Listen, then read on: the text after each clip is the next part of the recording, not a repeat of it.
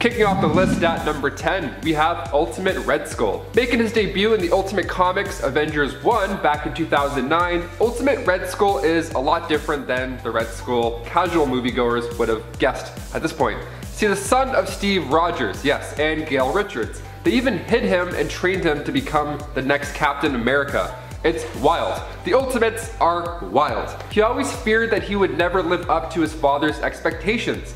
I mean, fair. At just age 17, he killed all the doctors and soldiers at the military base. He was in charge, and his side hustle was planning this badass escape in the meantime. He then got the haunting look by using a kitchen knife and carving his head. So that's disgusting. Nice gross way to kick off this list. And before we continue on to number 9, guys, if you could go ahead and Hulk smash that like button because it really helps us out here at the studio. You guys are the best. Now back to the list. Coming in at number 9, we have Lyra. Taking place on Earth 8009, beginning with Hulk Raging Thunder issue 1. We find Lyra Walters, or sometimes referred to as Savage She-Hulk. She is the daughter of Thundra and Earth 616 Hulk. So yeah, she's from Earth 8009 in the 23rd century, and at that time the Earth was split into different factions, right? So the guys faction were like warriors, they looked up to like past heroes. Then the women came together under the United Sisterhood Republic, and they were outgunned and outmanned, like literally outmanned. So Thundra got sent to Earth, our Earth 616, where she met our Hulk, and had a baby. How cute. Lyra actually gets stronger when she's calm, and she's able to tap into the gamma sight, which means she can see the flow of gamma radiation. I'm doing my best interpretation of gamma radiation. Can't see the green, but it's a lot of gamma behind me. So she becomes a smarter and smoother fighter in this state.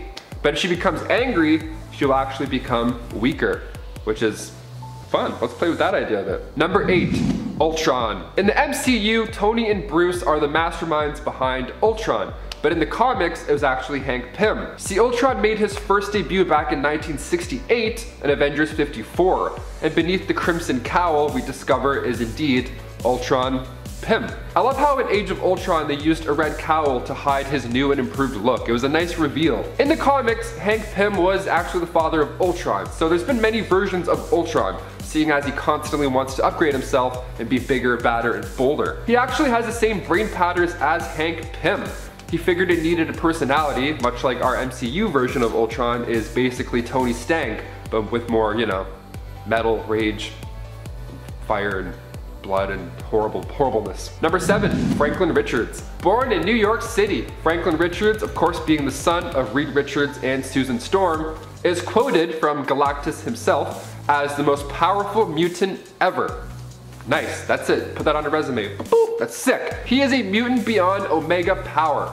You heard it from Big Guns himself. See, Franklin was a member of Gen X, and he's also a future X-Men member in the Ultimate X-Men comics. Some of his powers include vast reality warping, psionic powers. He also has control over the universe, so awesome. He's got precognitive powers, so his dreams tip him off on what's gonna happen in real life. That happens to me, except it's always embarrassing, and they end up happening. He can see the future in his dreams. That's so OP. He can resurrect the dead, he can time travel, teleport, astral project, and he can duplicate planets and or people. So yeah, ego, living planet. You're doomed either way, pal. At a young age, he was able to create a pocket universe, and then in Fantastic Four issue 604, this dude even took on not 1, not 2, but 3 Celestials. One of them he actually just took out with 1 punch. 1 punch, man. 1 punch, man. Huh. Needless to say, Franklin Richards is not somebody you want to mess with in any of his pocket universes. Franklin has a middle name, and that's Benjamin, which is nice because they named him after their good pal, Ben Grimm, the Thing. My middle name's Douglas. Number 6, Red She-Hulk. So this mysterious character just showed up when the Red Hulk gathered a team to hunt down Domino.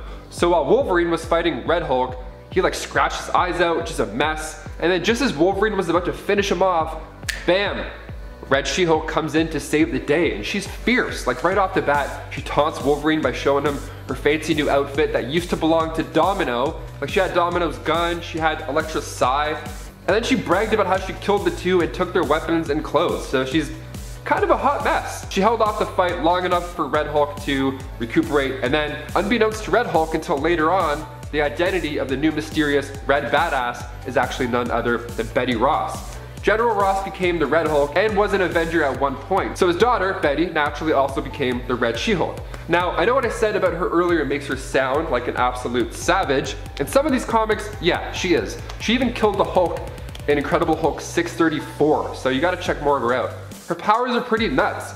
During the scrap with Wolverine, she spat in his face, which is yucky. First of all, we don't do that anymore, 6 feet apart, people. But secondly, her saliva is acid. So she grabbed Red Hulk and they both ducked out in the sewers while his eyes melted.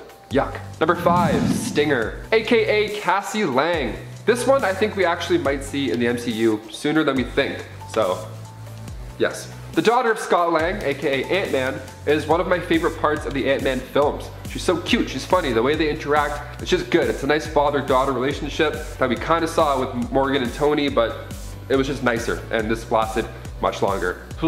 So in the comics, she actually took over for her father after his death and Avengers disassembled. Now, I don't think Paul Rudd's gonna leave the MCU anytime soon, but if/when he does, I think they've shown enough growth of Cassie Lang, literally, that they can have her suit up now.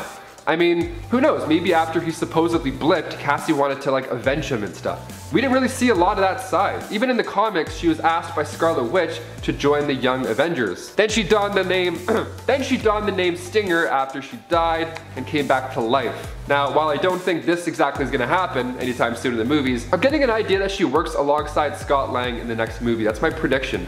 See, Scott watched Hank and Hope play catch up during this franchise. She practically begged him to get her own suit, but Hank's like, no, or Michael Douglas said no like 1,000 times, yelled a lot too. Scott probably saw this and knew it was gonna happen eventually with him and Cassie, right? So we had that little time jump in Endgame, now we've got an older Cassie in a world that's pretty dangerous. Maybe we'll see it, maybe we won't. Maybe it's Maybelline. And number 4, Valeria Richards. The second child, as you would have guessed, by Reed Richards and Susan Storm. She made her debut in Fantastic Four Volume 3, Issue 54. Valeria is also so badass like her brother. She may not be as powerful as her brother, with the whole Omega level pocket universe jazz, but she's super smart, smarter than her dad even. Pretty sick.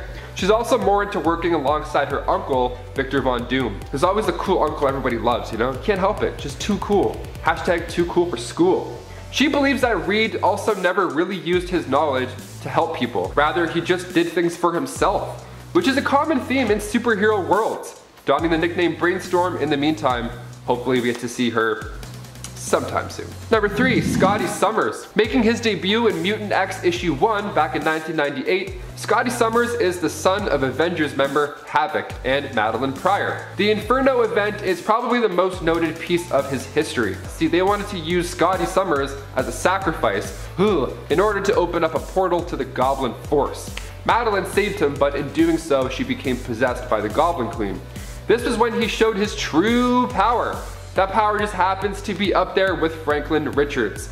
Celestial level, baby. He's the best. He has soul sense empathy, so he has the ability to sense the goodness in others without even touching them.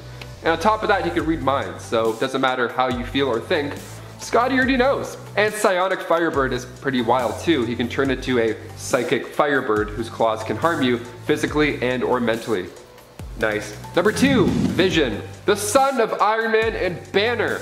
In Captain America Civil War, we see the fallout of Tony and Cap begin. See, after creating an evil robot son who wants nothing but destruction, Tony figures, well, maybe if I make another one, the new body and Mind Stone will kind of be good. And it did, it was pretty sweet, and he kicks ass. Vision started out as his android that belonged to Tony Stark, and then by time Infinity War, Banner says the line, "You lost another Superbot?" And then Tony responds with, "I didn't lose him, he's evolving." So this is an interesting time in the MCU. Vision is like the son of Iron Man, and then after we lost him, I knew there would be more. Even in this poster, there's a glitch, a little speck of color left in it. In Infinity Gauntlet, we see a colorless Vision after he meets a similar demise. So when that poster was released, I figured there was a part of him that was downloaded and left somewhere, because Marvel doesn't just make printing errors. I don't know why we didn't look into this more. So with WandaVision releasing on Disney Plus next year, this could become reality. Who knows where the baby Avenger will end up, but I'm excited and also very nervous. Please be okay. And finally at number 1, we got Scar.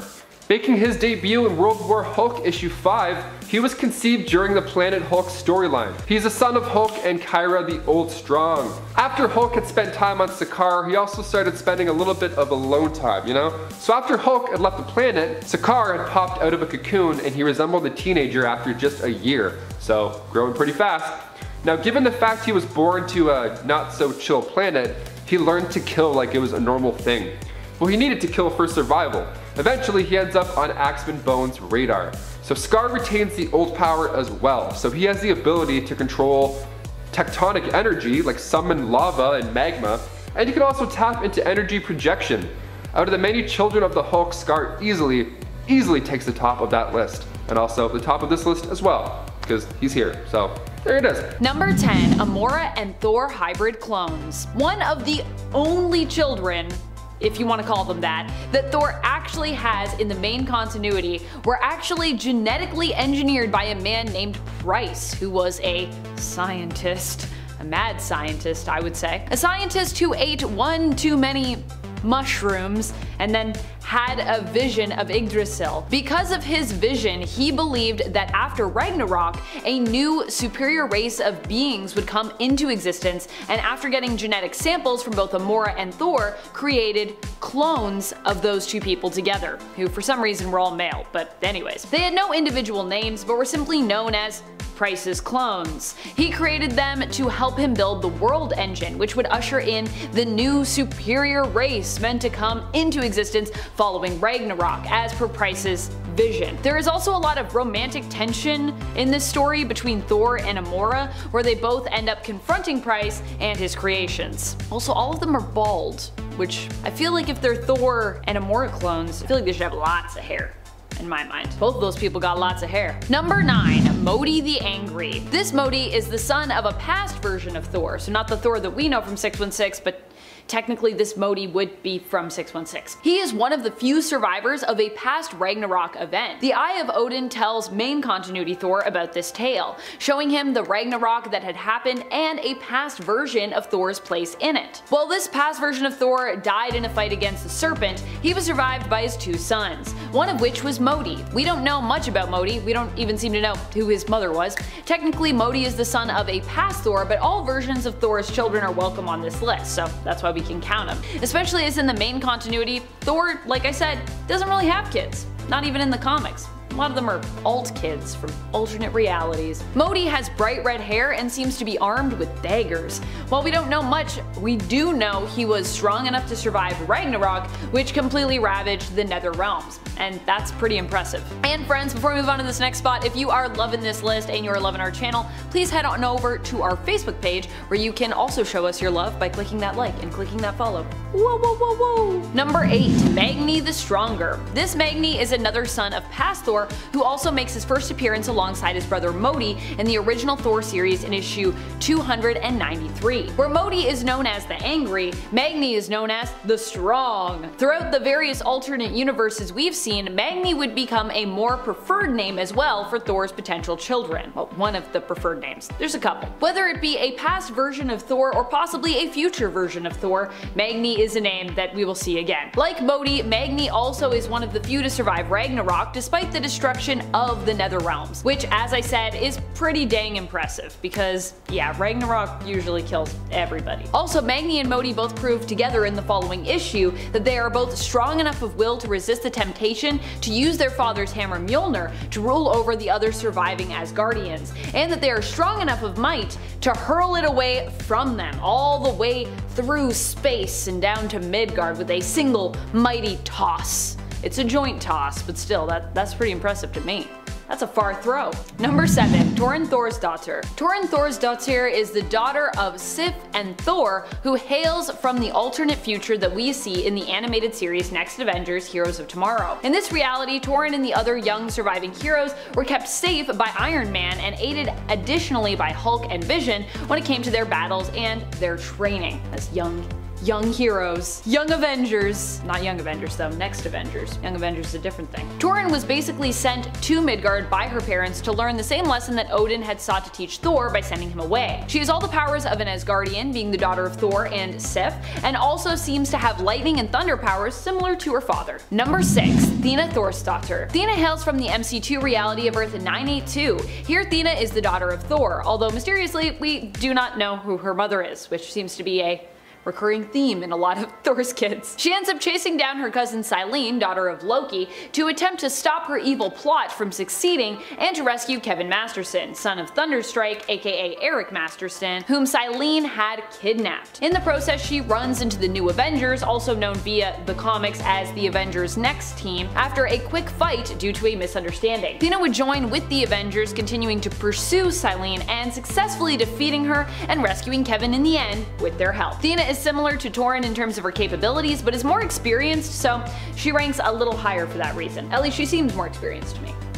It's my opinion. Number 5. Torunn Thorsdottir. There are a few different Torunn Thorsdottirs out there, but this one comes from the comics, just to be clear, so not from the animated series. In another alternate future, she is a member of the Next Avengers. She makes her first appearance in Generations Iron Man and Ironheart issue number 1, and hails from the same reality where in the future of 2099, Iron Man would actually go on to become the Sorcerer Supreme. We know that Thor is Torunn's father, but do not explicitly know who her mother is. Once again, mysteries abound. Although if this Torunn is similar to the Torunn from the Next Avengers animated series, then her mother is likely Sif. This Torunn appears older to me, and for that reason she ranks a little bit higher than her animated version and a little bit higher than the MC2 Thena, although she likely isn't as popular or well known among Thor fans as her animated counterpart. I would assume, I don't know. If you know this Torunn better, you can let me know in the comments. Number 4. Modi. This is the Modi we talk about normally when we mention that name in conjunction with Thor's. He is the son of Thor and Hela, who in the reality of Earth 1610, also known as the Ultimate Universe, which he hails from, were not uncle and niece as they are in the main continuity of Earth 616 in the comics, and were not brother and sister either as they're known to be in the MCU reality of Earth 199999, sometimes referred to cinematically as Earth 616, which is super confusing for us because, you know, 616 is the main comic book continuity, so what are we doing with that? Thor made a deal with Hela to give her a child so that he might once more return to Valkyrie's side on Earth. Eventually he would be allowed to return to Earth, but only after Valkyrie had died. Modi was the son that would be born from this deal and would be gifted in magics and was capable of teleportation. He was also able to wield Mjolnir. Instead of being a hero like most of Thor's alt-reality kids, Modi tends to be more villain in the 1610 universe. Must be Hela's influence. Number 3. Woden Thorson. Woden Thorson is the son of Thor and Sif from the 31st century. In this alternate take on the future appearing in Guardians of the Galaxy and known as Earth 691, Woden would suffer initially from having an absent father. Thor could basically not give up adventuring, leaving Sif mainly alone to parent their son. It wasn't until Thor was forced to stay home by Odin that Woden became a potential heroic figure, learning from his father and actually taking pride in his heritage and his people as he learned more about them from Thor. Although why Sif wasn't able to instill this in Woden herself, also being a warrior from Asgard, I'm not really sure, but hey, sometimes I guess you just need your dad around, you know, that's fine. Thor would spend more and more time at the Mead Hall, prompting Woden to leave home. However, he would later return after Loki and his Inhuman army had taken over, and he returned to fight against his evil uncle. Loki would be defeated by Woden, who wielded Mjolnir in the battle, as while his father was no longer worthy to lift the hammer, Woden was. Number 2. Magni. This Magni is typically the one that we talk about when we are talking about the son of Thor, Magni. So usually when people say that, they're talking about this one. Like I said, there's a lot of repeating of names when it comes to alternate kids. It's great. It's a little confusing, but it's great. He hails from the alternate future reality of Earth 3515, which was erased from existence at the behest kind of Magni. The future Allfather Thor, who had Magni with his queen Amora, the Enchantress, ended up traveling back in time to warn his past self about everything that would come to pass should he rule over Midgard, which is also something that happened in this future and sent Thor down a pretty dark path. Thor of the present listened to the warning of his future self and heeded it, preventing this Magni from ever really existing. When he did exist though, Magni was considered to be similar to Thor in his abilities, but he was also believed to be even stronger physically than than Thor had been, being known as the god of strength. Magni was also capable of wielding Mjolnir in his lifetime. His short lifetime. R.I.P. Number 1. Starbrand. While not a child of his or Iron Man's loins, Brandy Selby became the adopted goddaughter of Thor in issue 32 of the 2018 Avengers series. He promised to take care of her after the Avengers, as he saw it, failed her mother, who died in childbirth. Thor especially felt bad as he had succumbed to being possessed by the Brood at that time, and really wasn't much help to the team when they came across the previous Starbrand, Suzanne, Brandy's mother, who went into labor. She gave birth to a healthy baby girl, but didn't survive the delivery herself. She passed on her Starbrand to her unnamed baby as she died, who was later named Brandy by the Avengers, who basically took Brandy in and kinda like did their best to raise her, Thor included. Kind of, I think, a pretty fun story. Lately, she's gone through a dramatic age up in the comics, which has also seen her come more into her own when it comes to controlling her power and tapping into its full potential. And if you didn't know, the Starbrand is pretty amazingly powerful when we're talking about cosmic power forces. It's pretty nuts. A lot Brandy could do with that for sure. A lot of harm, a lot of good.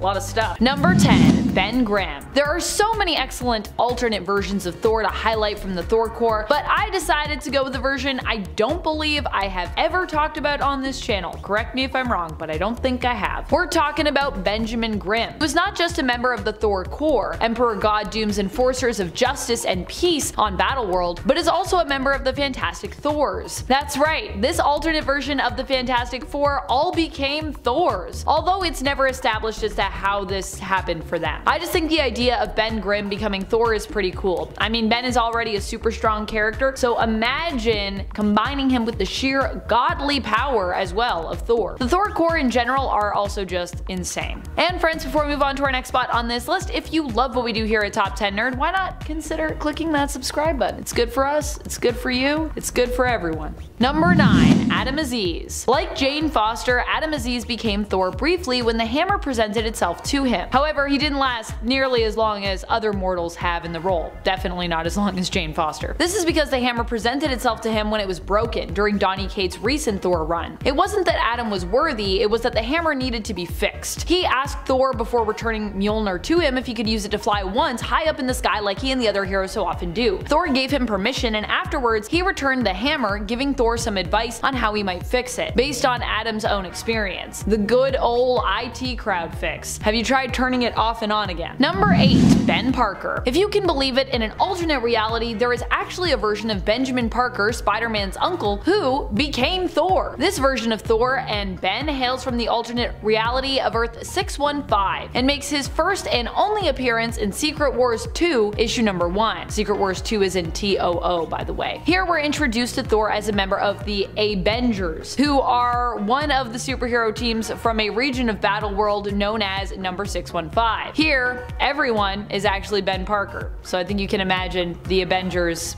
I mean, they're all Ben. Number 7. Eric Masterson. Okay, so with Thor, there are a lot of other folks who have also had the mantle, but this isn't really the same as someone like, you know, DC's Green Lantern. For that, there are many different Green Lanterns, and then there are alternates of those characters from other realities. For Thor, you know, there's usually only one Thor at a time, which is why I'm letting myself count versions of the character like Eric Masterson who are from the main continuity. Eric for a time was Thor himself, but also existed as Thor in the Earth 616 reality. How was this possible? Well, Eric was just a mortal man, but after becoming involved in Thor's adventures, ended up bonded with the hero after he received a life-threatening injury. In order to save Eric's life, Thor pleaded with Odin to help. Odin helped by merging Thor and Eric together, with them each initially retaining their own separate personalities and forms, but simply sharing a body. Number 6.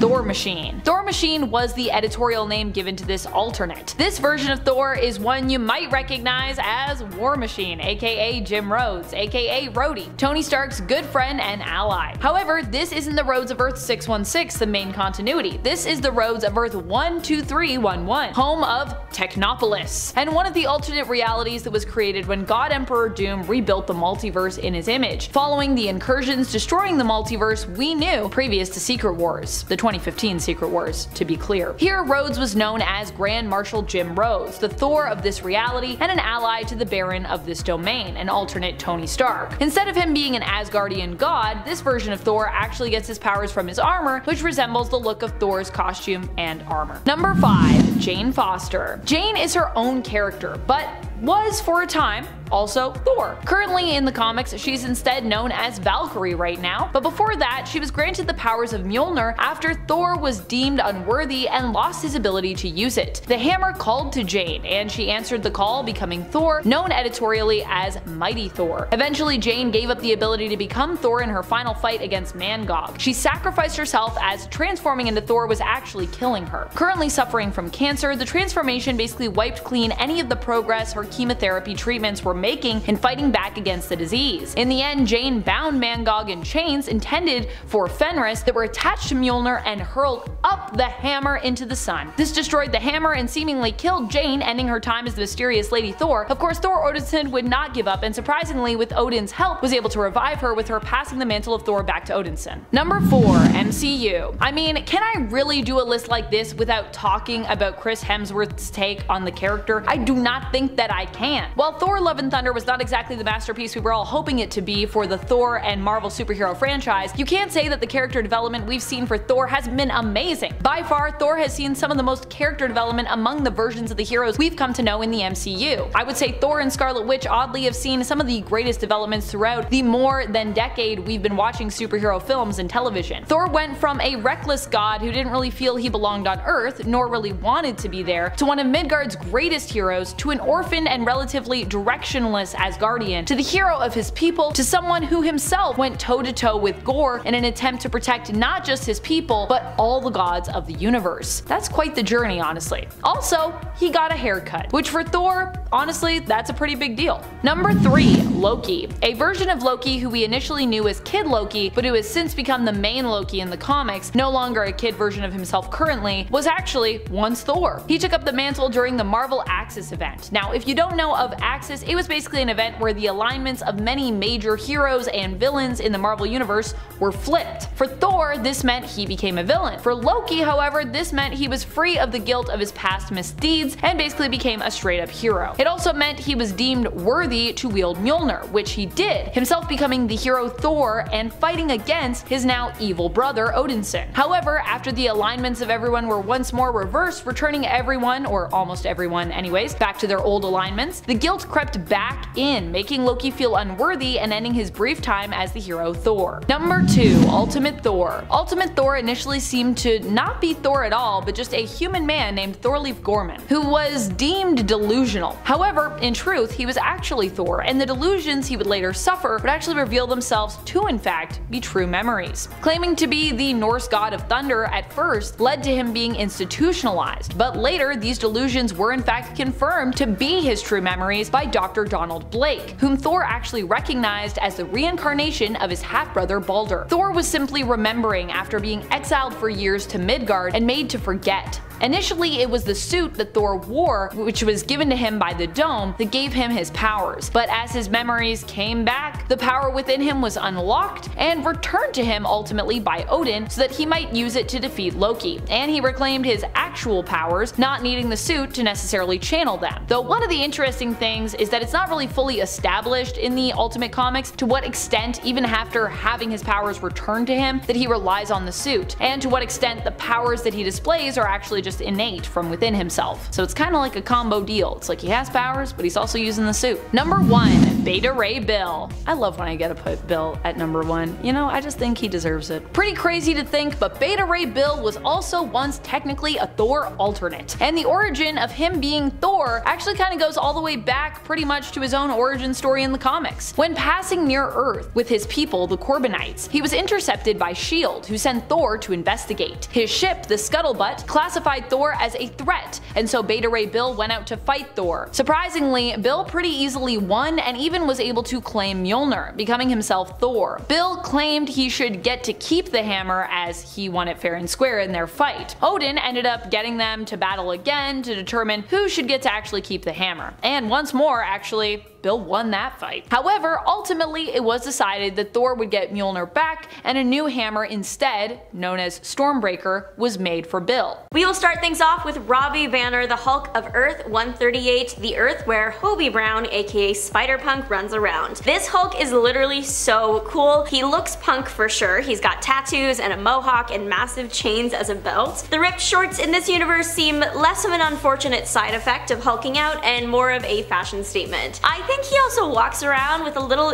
earbud, so he's really hip. My only critique of this look is that because the mohawk is green, it kinda looks a little bit like grass, but not enough that I really care. Punk Hulk was friends with Spider-Punk and they fought many battles together, defeating the UFOs, Hydra, and the Universal Church of Truth, and Kang the Conglomerator. Punk Hulk is taking some time off from fighting for now, which makes me sad because he is so cool. He first appeared in Edge of Spider-Geddon 1 in 2018. Hulky is a hilarious play on the Archie comics, and you can see him in Marvel Superheroes 103. Marvel artist Terry Austin and writer Roger Stern had a lot of fun with this comic. It was put out right around when Marvel was seriously getting into animation, so these guys decided to try their hand at reimagining the Hulk as popular old-style cartoon characters. Technically, Hulky was the second of the two, but we'll talk about number 1 next. The Hulky cover uses all the elements your typical Archie cover does. Hulky is doing some level of buffoonery in an effort to woo the Veronica of his world, Betty Ross. Betty looks great. She's wearing a stunning pink evening gown and decked out in jewels and fur. Hulky also looks good, a bit mismatched, but you can tell his heart is in it. He has his own version of an Archie sweater with a big R for Robert. He has plaid pants and a polka dot tie. Truly a fashion icon. Hulky heard you're supposed to bring a girl a plant on a date. Usually the choice is flowers. Hulky picked a tree. The squirrel who lived there wasn't too happy about this and can be seen pelting Hulky with nuts. Hulky is from Earth 10,381 and the title for the fake book is Hulky, America's Typically Incredible Teenager. I wouldn't be mad if Marvel actually put this book out. Honestly, I am asking Marvel to not only make Hulky actually happen, but Hulk hair too. He is a parody of Bugs Bunny and just the Looney Tunes in general. From the limited info the fake story cover gives us, we can assume the story would pan out similar to how the story usually goes between Bugs Bunny and Elmer Fudd, except Elmer is General Ross, and I don't think he's going to win this time. This cover even features Stan Lee doing the iconic "That's all folks" bit, but saying "face front folks." Hulk hair somehow looks scarier to me than actual Hulk. Maybe, I don't know, it's the massive bunny teeth or the fact that the Hulk is covered in fur, which is unsettling, or the long ears, I don't know, but I know I wouldn't mess with him. This isn't even the only time the Hulk has been made into a bunny. There's also Hulk Bunny from Earth 14,094, then a different Hulk Bunny from Earth 8,311, the Spider-Hamverse. There's probably more than that I haven't found, but our Hulk hair is from Earth 81,113. And that's all folks, moving on. The Hulk from Earth 9,939 fought back a major disaster in the year 2020. What I think is funny is somehow Marvel predicted the world was going to have a major event happen in the year 2020, but instead of an evil monster coming and making everybody too afraid to fight back, it was a virus that made us all too afraid to go outside. Marvel, you almost had it. Anyway, this Hulk was a member of the X-Saviors. They were a superhero team that swore to protect a specific area from Charnel's drones. Charnel is this evil human cyborg magician that has taken over the Earth. So he is the one that pretty much every hero on Earth is fighting against. When the various hero teams are gathered up by Tony Stark and actually start working together, that is when the tides turn and the good comes out on top. This Hulk seems like he might be closer to Nerd Hulk than regular Hulk. He speaks in full sentences and just seems very in control of himself. Earth 71,612's Bruce Banner wasn't the only person in the room when the Gamma Bomb went off. This Bruce Banner was an employee for Banner Tech Industries, right? He discovered Amadeus Cho was experimenting on pigs with gamma radiation, turning the pigs into big green monsters. Now he just needs to do it to chickens and have some green eggs and ham. So in this space we now have Banner and Cho, in walks another guy, Gabe Jones, to warn them that AIM stole their gamma bombs and was going to launch them at big cities. You know what that means. Hulks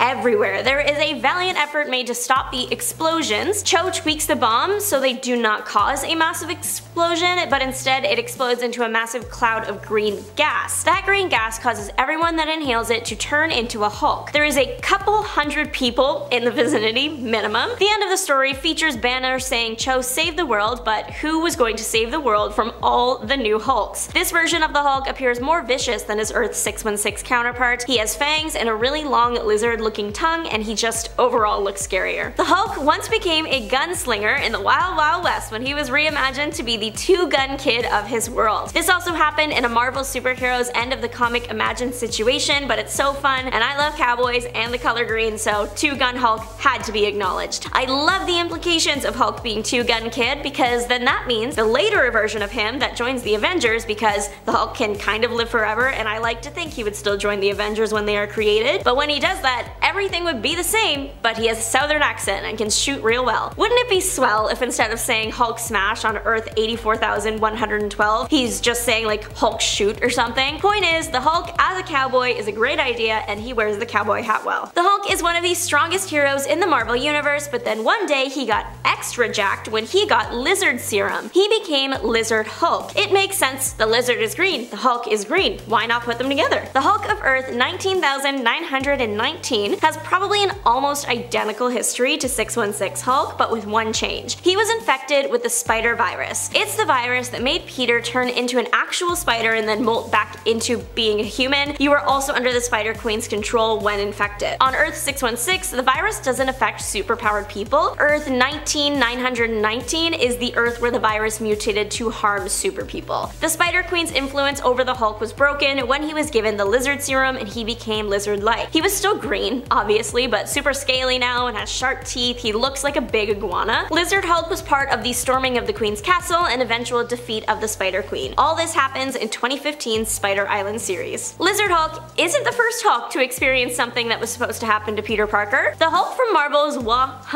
on Earth 200527 is the Spider-Man of his world. Hulk was the one bit by the spider here. It's a short and sweet story, but I do have questions. Hulk is shown as Spider-Man as Hulk. Banner is not involved, so that means the guy running around New York in the Spider-Man costume is a huge Hulk-sized man. Hulk does work for J. Jonah Jameson, like Peter does, and I love that Jameson doesn't realize that the only other person in NYC that is as big and strong as Spider-Man is his employee, the Hulk. It's funny to think about the Hulk getting all the powers Spider-Man does, because Hulk is already super strong and powerful, so would he just get stronger? Would the spider bite even do anything with Hulk's healing factor? These are all very important questions. Spider-Hulk was later seen helping alternate universe Spider-Man when they were all working together to defeat the Inheritors. Nerd Hulk of the Ultimate Universe Earth 1610 became a vampire and caused too many problems to count. Ultimate Hulk has a kind of vibe like Nerd Hulk from Avengers Endgame. He's a mix of Banner and Hulk. He was a clone created by Tony Stark's older brother Gregory to have Banner's intelligence and Hulk's strength. This had its advantages and disadvantages. Now the Hulk could think rationally and use his strength for good, but now the Hulk thought rationally. Anger was no longer driving his strength, which meant he was easier to defeat in battle. Nerd Hulk was involved in the fight against Red Skull and the Cosmic Cube. Then he tried to join the Ultimates, but they rejected him. He decided to move to the Big Apple, which also went wrong. He was attacked by vampires. Other versions of Hulk that have been bitten by a vampire will sometimes heal really fast because the gamma radiation can stop the vampire disease. This isn't the case for Nerd Hulk. Maybe it has something to do with the fact that he is not full Hulk, I'm not sure. Nerd Hulk, he is a vampire, he works for the Vampire King, he turned Daredevil into a vampire. Eventually, he becomes the Vampire King and leads a whole vampire army. Captain America was able to fight off the vampire infection of this world and managed to defeat Nerd Hulk and co. when he teleported everyone to a sunny place. Originating from the experimental time that was the 90s is Skulk of Earth 9602. This is the Amalgam universe. It is a combination of 616 and New Earth, so it's a combo of Marvel and DC. Lots of the characters from here are a combo of a Marvel character and a DC character. Skulk is Hulk mixed with Solomon Grundy. Solomon and Hulk, they already look super similar. I would say that Skulk is more Solomon in looks, just because he is an all-white and gray color and wears like a similar ripped outfit. Different from 616 Hulk, Skulk appears to have some level of control over when he transforms from Banner to the Skulk. This might be because of Dr. Strangefate, whom Skulk works with. Dr. Strangefate helped out Skulk by using his magic to help him control his transformations. In return, Skulk would work with Strangefate and go on missions for him. Strangefate instructed Skulk to find the super known as Access and bring him in. Skulk does find him, but he gets away, and from there we just assume that Skulk continues roaming to search for him until that universe is destroyed. There are the Avengers we all know, and then there are those we don't. Some of them are well-known characters you wouldn't expect to see, and some are completely new to comics and the Avengers.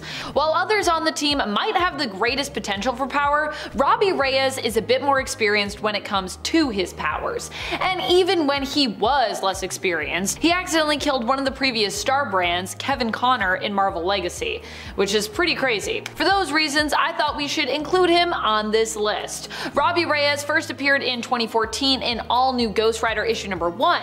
While debuting in the comics during the All New initiative, like the title claims, he is also an all-new Ghost Rider. During a street race gone wrong, Robbie was killed and ended up possessed by the ghost who haunted the car he was driving, becoming the new Ghost Rider. He joined up with the Avengers around 2018, joining them in their battle against the Dark Celestials. Personally, Robbie is actually one of my favorite Ghost Riders, and I think Ghost Rider in general as a character makes a great addition to the Avengers team. Ghost Rider's just so powerful. Weapon America is one of the members of a multiversal team of Avengers that we saw appear in Avengers Assemble Omega. This was a big comic with a lot of new Avengers, both in terms of characters who are new and new recruits to the team in general. First introduced, Weapon America is a member of the Howling Commandos on his Earth, Earth 20504. He seems to be a combination of multiple characters in terms of his appearance, abilities, and likeness, appearing as a blend of Captain America, Wolverine, with some nuke mixed in as well. He's got the nuke tattoo and everything. And also, yes, if you were wondering, this is one of the Avengers that's also part of Avengers Prime team.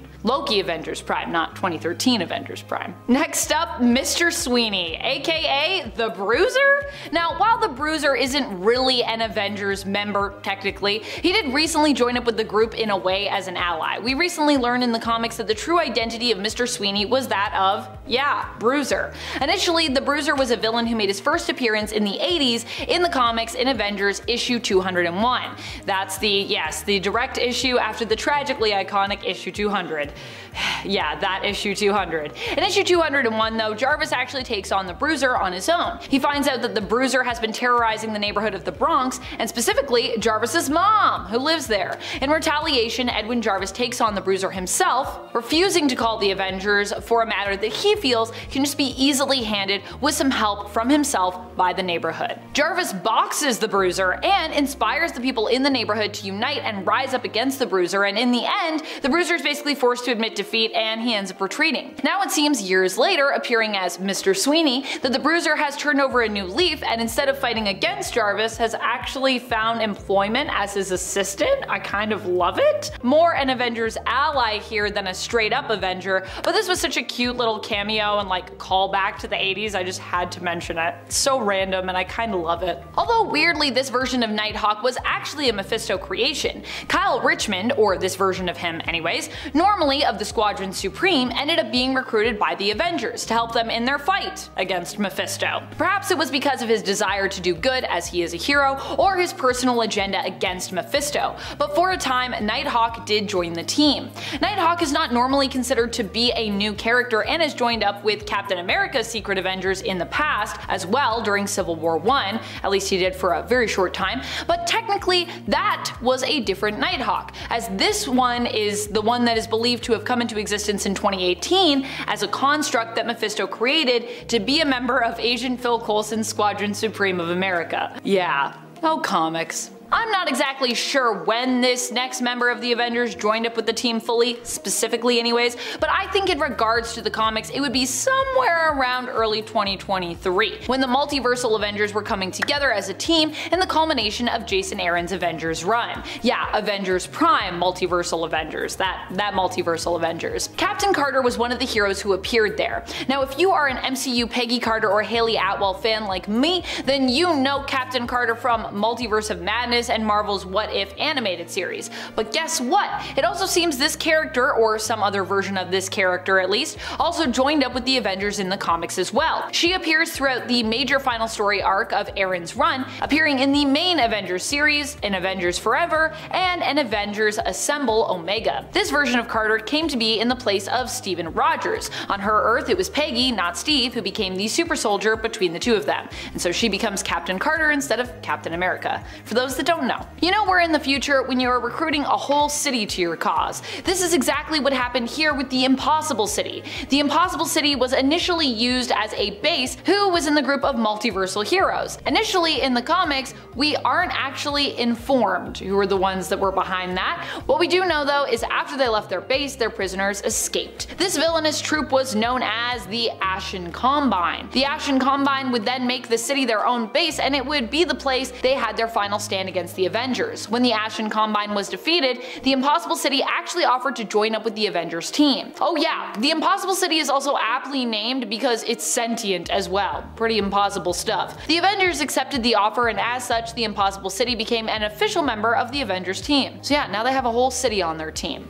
Nathan Summers ended up joining the Avengers team at a time when Captain America was seeking to present a show of unity.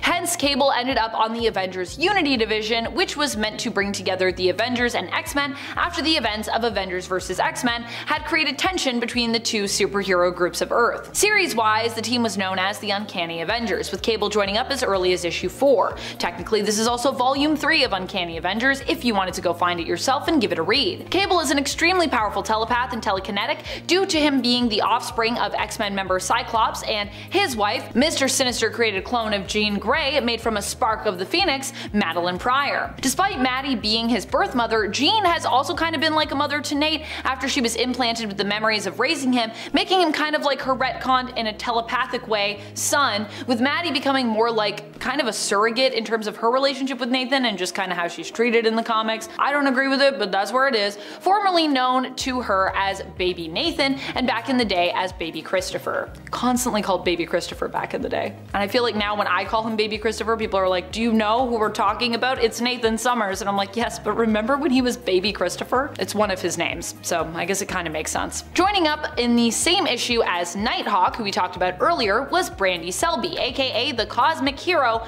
known as Starbrand. Starbrand was initially an infant whom the team adopted and raised together. She would rapidly grow up while in their care and would ultimately end up joining the team as one of their most powerful members. However, her time with the team was short-lived, and in the end she would sacrifice herself as a hero to protect the rest of the Avengers. Also, note to self, if I have a baby and I'm about to perish, maybe don't leave that baby in the care of the Avengers, because it might not work out. Avenger Prime was initially a name used by a character who was essentially all of the Avengers merged together. That version of the character made their first appearance in the 2013 Mighty Avengers series, but another character with that name also appeared much later on in the 2021 Free Comic Book Day Avengers and Hulk comic. There, Avengers Prime was shown to be the leader of the Deathlock Avengers forces who stand guard at the God Quarry, seeking to watch, protect, and warn against major multiversal threats and potential chronal collapses. We'd also come to learn that this Avenger Prime was actually an alternate reality version of Loki, who leads his own massive multiversal Avengers team. Yes, the one that characters like Weapon America appear on, and the Deathlock Avengers. Loki was forced to do this after coming to accept his very important role in the formation of the Avengers across the multiverse and across time. After attempting to dodge their assembling in his own timeline and acting as his Earth's sole protector, he accidentally caused the extermination of all life in his universe. Whoops. After attempting to end it all, Loki woke up in the God Quarry and found himself tasked with protecting all of time,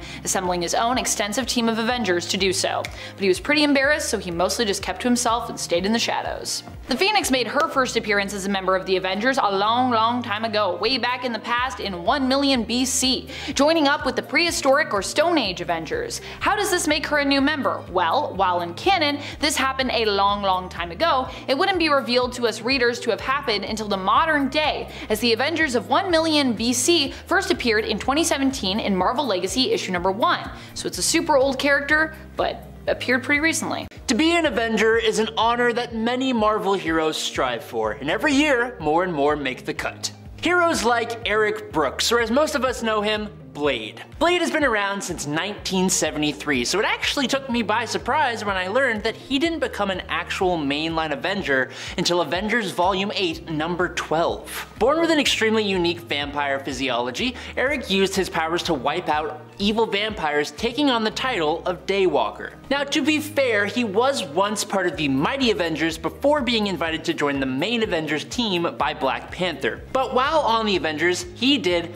a lot. Like, I mean a lot. He ended a vampire civil war, saved Ghost Rider in hell, battled the Dark Elf Malekith in the War of the Realms, helped stop the Egyptian god Khonshu from taking over the entire Earth, and he recruited Dracula and his vampire nation to help fight Null, the symbiote god, and King in Black. Blade came to the Avengers with a heck of a lot of supernatural expertise, and he was amazing on the team until he left to be Dracula's own sheriff, which... what? Roberto da Costa, the mutant who also goes by the name Sunspot, first ever joined the Avengers, accepting Captain America's offer alongside the mutant Cannonball. Sunspot came across as a bit of a comedic member of the team, and he didn't really seem to take his Avenger status as seriously as others did, but that pretty quickly turned around. Where Iron Man used to fill in the laid-back billionaire role on the team, Roberto stepped into that role pretty smoothly and got the team out of quite a few problematic moments. It's arguable to say that he really stepped into his own as an Avenger when he bought the whole of AIM and used the organization to create his own Avengers team in New Avengers Volume 4, and then again in US Avengers. His time as an Avenger not only boosted up his status from a C-list hero to one in the spotlight, but it also brought multiple creative Avengers series, which as comic book fans is something that we will not be upset about, ever. Maya Lopez, also known as Echo, is honestly really cool. She has really cool photographic reflexes just like Taskmaster. She's been Ronin for a time and even been a host for the Phoenix Force, and she also became an Avenger. Now, initially Maya was actually a bit of a villain, being manipulated by the Kingpin in order to try and take down Daredevil. Luckily though, Maya was able to discover the truth about Kingpin and the lies he fed her, and that pushed her into reshifting her focus to become a hero. It was from there that she became Ronin, and thanks to a good old recommendation from Daredevil himself, she met up with Captain America and started working with the New Avengers in 2005. She would eventually be brought down by Elektra, and she would eventually be saved and revived, helped out during World War Hulk, Secret Invasion, and she even worked very closely with Moon Knight for a while before being revived yet again, and was eventually granted the Phoenix Force. She would eventually join the actual true Avengers in Avengers Volume 8, number 54 from 2022, facing the multiversal Masters of Evil. Next up, a former Marine and scientist turned superhero, Adam Brashear is not only one of the strongest heavy hitters in Marvel Comics, but he is also one of the smartest characters around. Blue Marvel didn't actually make his debut in Marvel Comics until 2008, but when he showed up, his origin story retroactively placed him in the Marvel Universe way back in the day. His origins take place in the 1960s during a project to use antimatter as an energy source. Adam and his best friend Connor were caught in an explosion that turned Adam into a living, stable antimatter reactor, which should in theory pretty much impossible, and it gave him an insane amount of power. Brashear would rejoin the superhero community alongside Luke Cage's 1970s Mighty Avengers, which in the real world happened in 2014, before he went on to join with Captain Marvel and Black Panther on the Avengers adjacent team known as the Ultimates in 2016, and most recently, he joined the Defenders and went rather, beyond.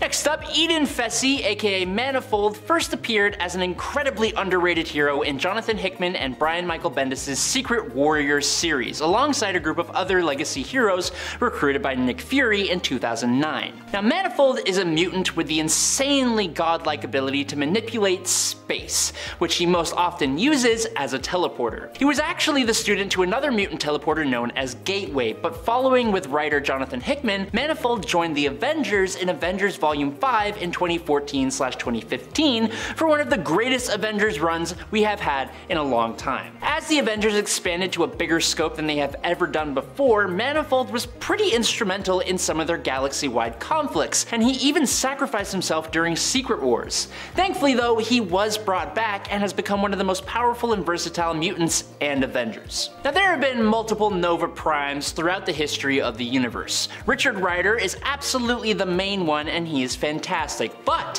when we first got Samuel Alexander in Point One Number 1 in 2011, he brought just a whole different vibe. Granted, being a younger guy with some huge shoes to fill, he doesn't exude the same kind of power that Richard Rider does, but that doesn't make him any less powerful.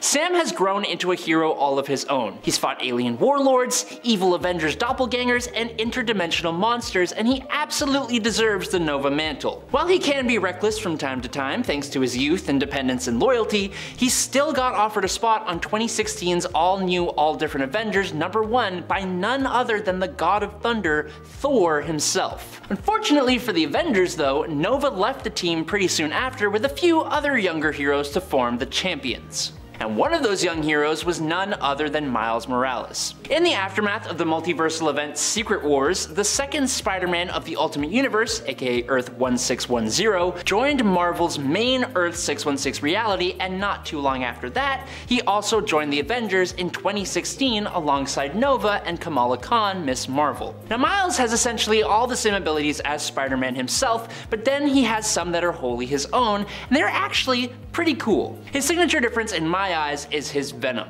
It's like a form of bioelectricity that he can emit from his body and use in some really cool ways, like in punches, beams, and blasts, and he can even infuse it into his own webbing. Miles is also able to use a spider camouflage to make his whole body and even his clothes and costume go invisible, but as I already said with Nova, these younglings weren't on the Avengers team for very long, leaving to form the Champions. But for Miles, his powers and his awesome mind actually lent a lot to the Avengers while he was there, and in return, he learned a heck of a lot from the older heroes while he was on that team. The Smashers of the Shi'ar Imperial Guard are human-like aliens using exospecs to grant themselves powers. Now for a long time, Vril Rock was the Soul Smasher, but he unfortunately met his end at the hands of the incredibly powerful mutant Vulcan. Isabel Izzy Kane is the granddaughter of World War II hero and Captain America buddy, Captain Terror. She was first ever introduced in Avengers Volume 5 number 1, and Izzy found the exospecs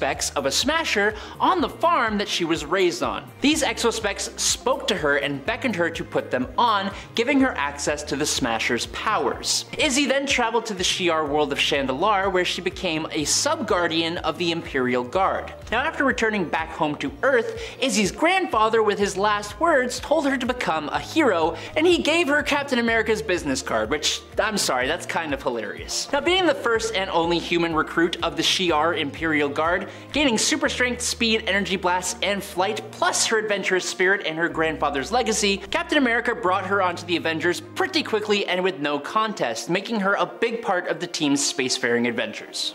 Vani Gast was the daughter of the Grand Master, one of the Elders of the Universe. She grew up exploring the cosmos by her father's side. Now when her father's title was threatened, she was granted teleportation powers that also had the added benefit of being able to alter people's memories. Vani took up the hero name Voyager and headed to Earth. Now Voyager met up with the Avengers and used her powers to insert herself into their memories as Valerie Vector, a founding member of the team who had bit the dust in the battle against the Squadron Sinister, which had removed her from existence and from everyone's memory. The Avengers' longtime butler, Edwin Jarvis, had collapsed due to an illness shortly before Voyager's arrival, so naturally, when Voyager arrived to the hospital Jarvis had just woken up in, he exposed the truth that Voyager had never actually been an Avenger. While this obviously didn't do her any favors, and she was pretty much booted from the team, she did admit that this was all the plan of her father, while she was actually inspired by the heroes and helped the Avengers to save the day a few times. And last up, the Avengers Unity Squad, first appearing in Uncanny Avengers, was an attempt to try and mend the human-mutant conflict after the events of Avengers vs. X-Men. The idea? To take some X-Men, to take some Avengers, and just put them together. It's kind of surprising that it really hasn't been done before. Now one of the first main recruits, handpicked by Captain America himself in Uncanny Avengers Volume 1 number 1 from 2012, was none other than Anna Marie, aka Rogue. Being a former villain and still mourning the loss of Charles Xavier, Rogue caused quite a bit of friction on this new team. She originally joined in order to keep an eye on the Scarlet Witch, who was also in the team of heroes, and as most of you know, caused quite a devastating blow to the mutant community with M-Day. But as time passed, Rogue became one of the most valuable members of the team, even growing to become its leader. But If we are talking about most powerful, while Rogue was on this team, she managed to absorb all the major Marvel heroes' powers and fought off a Celestial, so I'd say that's pretty darn powerful. Number 10, Cosmic Baby, or Uni Baby, or Uni Power Baby, or just May Parker if you want. Because you know, all of Peter and MJ's babies have to either be a May or a Ben. Mary Jane's family, I guess, is just so much of a disappointment that she does not feel inclined to name babies after them. I mean, her family life was pretty wild, so like I kinda understand why she's just cool naming kids after Peter's aunt and uncle, but MJ also had a pretty cool aunt, Aunt Anna, so I feel like there should actually be more multiversal kids named after her too. Anyways, the reason why I'm focusing so much on the name here is because we don't actually know much more than that when it comes to this baby. Baby May hails from a what-if story where Peter keeps the uni power instead of giving it up, or the Enigma Force if you will. Even in this story though, he does eventually give it up, he just keeps it a lot longer. It's also implied that because he had it so long, it gets passed on to his and MJ's baby daughter, May Parker. So even though she isn't there yet, this alternate baby has some of the greatest potential when it comes to power levels. Number 9. Benji. Benji is the little brother of May Parker and the youngest child of the Parker family in the MC2 universe of Earth 982. Benji actually began to display powers at a very young age, and as such was basically a superpowered little baby. Ben would become bonded to the Carnage symbiote when he was still a little tyke, but fortunately his sister May Parker saved him using a sonic weapon to separate him from the Carnage symbiote. Unfortunately, this also caused damage to Ben's very sensitive baby ears, which left him deaf for a time. I actually think that that whole element of this story was really interesting, and I think it would have been cool to see Benji grow up deaf and even still become a superhero like his sister and his dad before him. However, he would later have his hearing restored by May's good friend Normie Osborn, the grandson of Green Goblin and son of Harry Osborn and Liz Allen Osborn. Benji has displayed spider-like abilities including wall crawling, spider sense, and even the rare ability to generate organic webbing. And friends, before we move on to our next spot, if you are loving this list and you are loving the channel, be sure to head on over to Facebook to show your support for us over there. Number 8. Claire Parker. Claire Parker is the daughter of Peter Parker and Mary Jane Parker, who hails from the reality belonging to Spider-Man life story, known as Earth 19529. Here, Claire proves to be strong enough to defeat Morlun when he returns and begins to hunt down Peter and his family, killing her own Uncle Ben Reilly. Peter attempted to lure Morlun away from his kids, but was unsuccessful, and it came down to Claire and her brother Benji to defeat Morlun, which of course they did. Claire would go on to become a superhero in the next generation of heroes following her dad's time and era. Number 7. Spider-Boy. Spider-Boy hails from Earth 8, where Gwen Stacy and Miles Morales end up together. They have 2 children as a couple, and Max of course is one of them. Max's power is similar to his parents but does not possess any spider sense capabilities. He took up the name Spider-Boy when he joined up with the Amazing 8, a team of multiversal spider-like heroes. Max isn't alone on the team, which not only features characters outside of his universe, but also includes both his mom and his dad, Gwen and Miles of Earth 8, and of course his sister. Number 6. Spider-Girl. Spider-Girl is also the daughter of Miles Morales and Gwen Stacy on Earth 8. Her name is Charlotte, and she is also, of course, the sister of Maximilian Max Morales Stacy. While Max does not possess spider sense, Spider-Girl does, as well as a myriad of other spider-like abilities similar to her parents. Spider-Girl, along with her brother and the rest of her family, is also a member of the Amazing 8 team.